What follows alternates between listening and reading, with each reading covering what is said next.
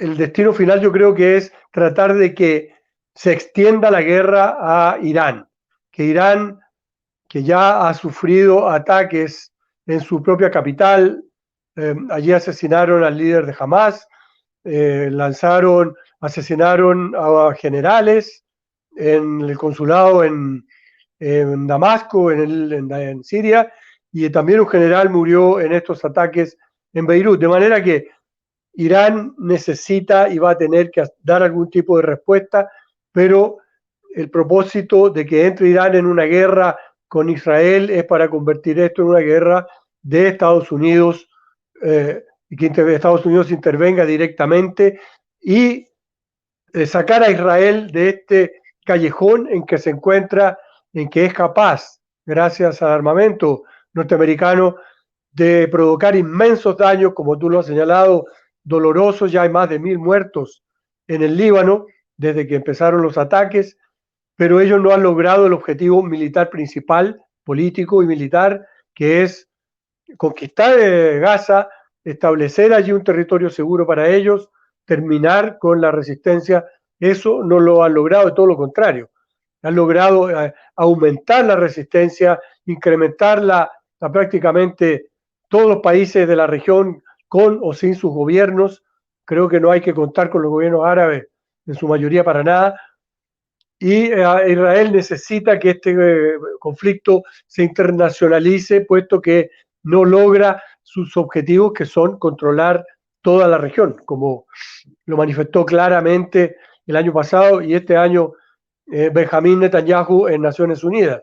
Esto se une con el propósito muy parecido, Hugo, de parte de la OTAN en Ucrania.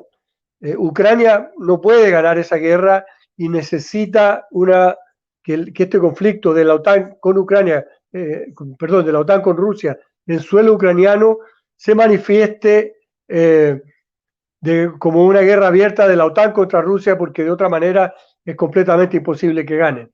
Y ahí está el meollo de todo este asunto. Estamos en una situación geopolítica mundial donde todo se está trastocando, se reestructura todo, e Israel es la única esperanza del mundo occidental de controlar esta zona del Medio Oriente, o como realmente se debe llamar, Asia Occidental, rica en recursos naturales, petróleo y gas, que son sustanciales para el tipo de vida que se vive en Occidente. Así que ese me parece que es el objetivo de los ataques, y no invadir el Líbano, que no creo que sean capaces de invadir el Líbano y de mantenerse allí.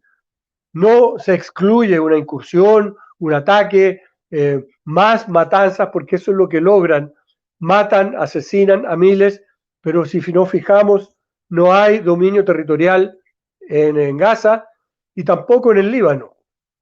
Si quieres seguimos conversando más, me hacen más preguntas, pero por ahí veo por dónde va esto, Hugo. Gracias.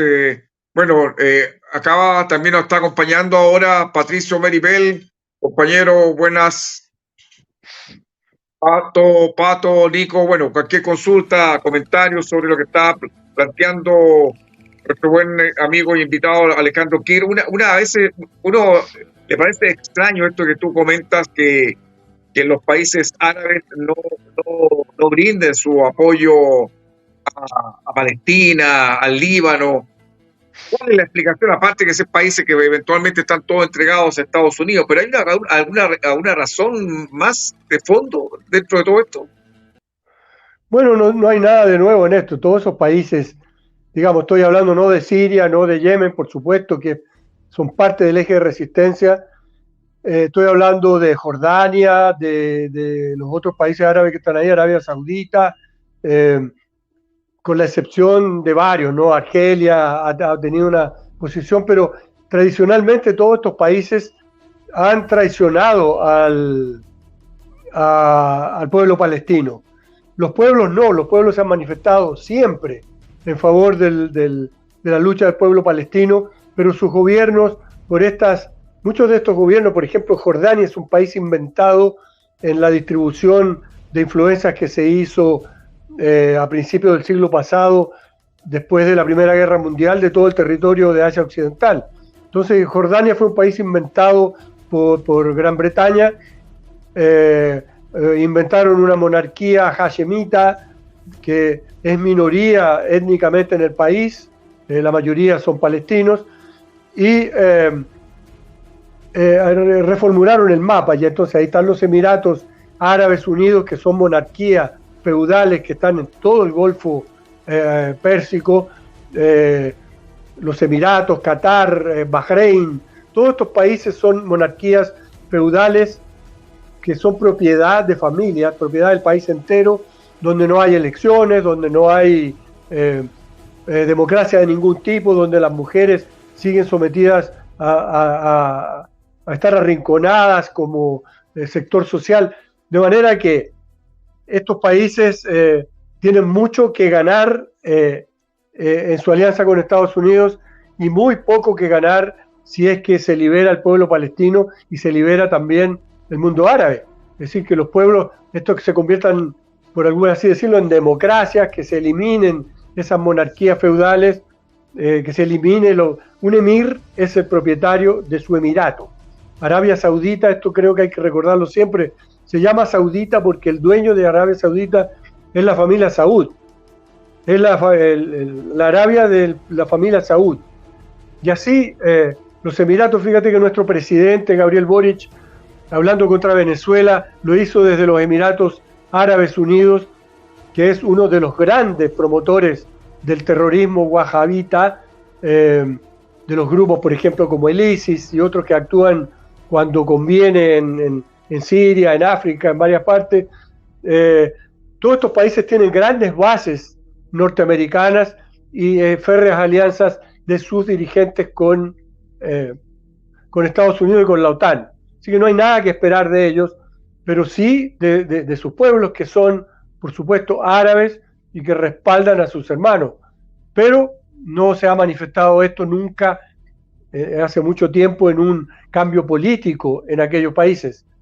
Netanyahu esta semana volvió prácticamente a suplicar a Arabia Saudita que firme un tratado estratégico con Israel, que estaba listo para ser firmado el 7 de octubre del año pasado y que lo impidió precisamente el alzamiento realizado por la operación Diluvio Al-Quds. Al-Quds es el nombre original de Jerusalén.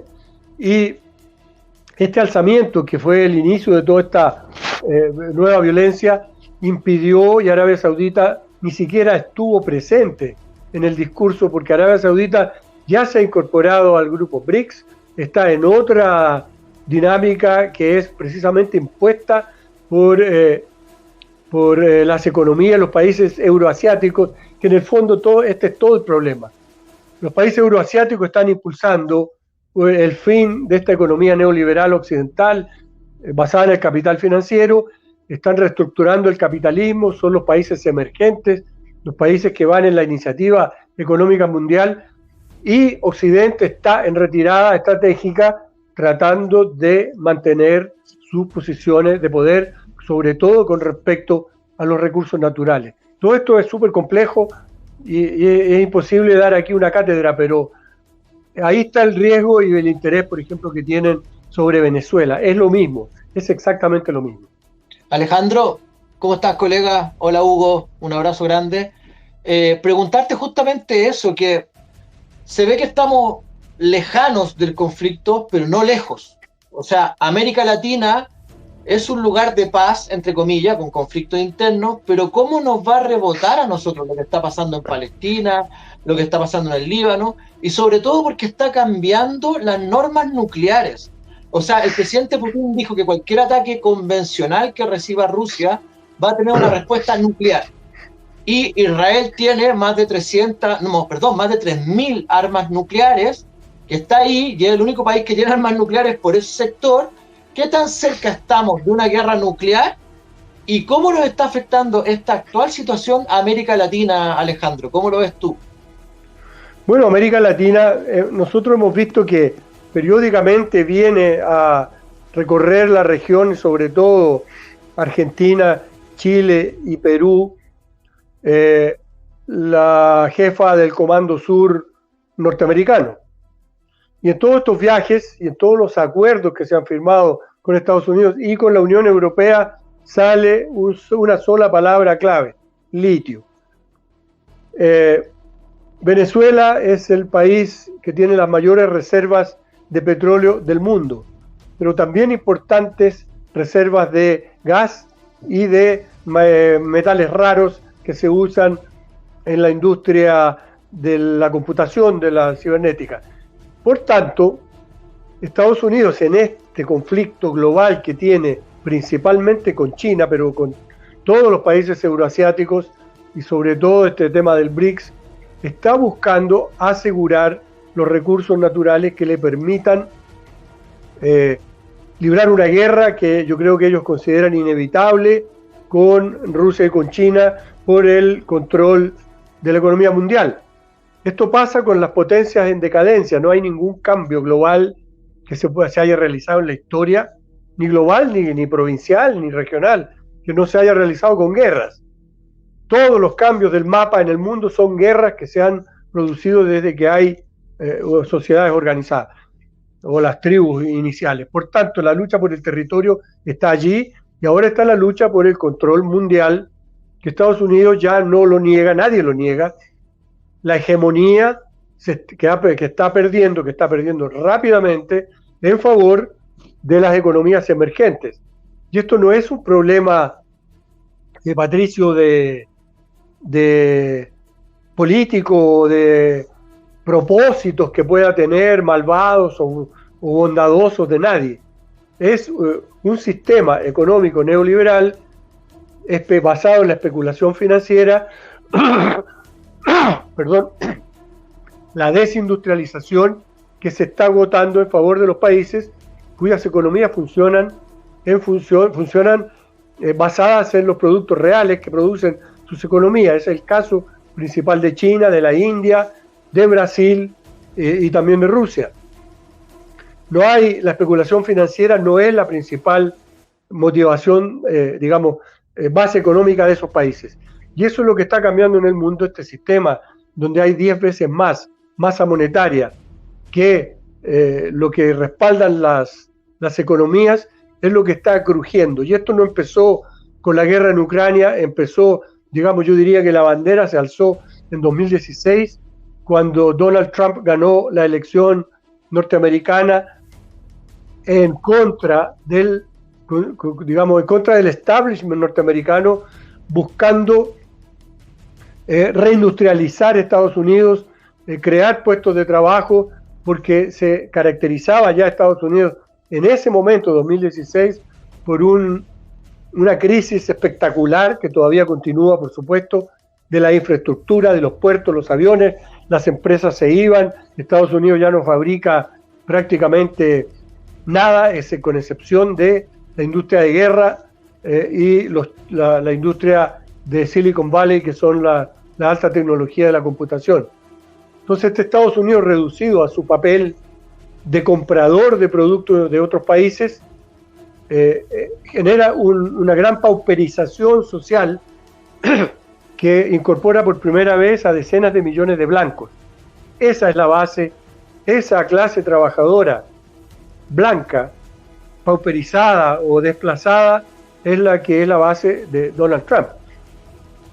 Y entonces eso marca el inicio de la decadencia del neoliberalismo. Pensemos en el neoliberalismo como un sistema que se autodestruye por estar basado en la sobreexplotación del capital, que sería el ambiente, la depredación del medio ambiente y también la depredación de la fuerza de trabajo, puesto que la tasa de natalidad en los países occidentales se ha caído al suelo por un sistema que hace temer el futuro, que no proporciona seguridad alguna, ni de empleo, ni para que los niños vayan a la universidad, ni para la vejez. Y por tanto está creando toda esta inseguridad que genera también la inseguridad. Nadie tiene hijos cuando cree que no los va a poder alimentar. Y bueno, esta depredación es la que está destrozando este sistema, no el propósito de algunas fuerzas progresistas o de algunos políticos iluminados, ni Putin ni Xi Jinping. Es el desarrollo inherente a este sistema. Y eso es lo que está, digamos, 8 años después, manifestándose en forma de guerra en distintas partes del mundo. Esto no es un análisis loco, ni teorías conspirativas, es lo que estamos presenciando en este momento, y estas son las evidencias. Y la guerra de Asia Occidental o Medio Oriente, la de Ucrania, pero también lo que ocurre en el Sahel, en África, todo el desarrollo del grupo BRICS, todos estos son peligros para este sistema, para esta hegemonía que está cayendo, yo diría, más rápidamente de lo que uno pudiera creer.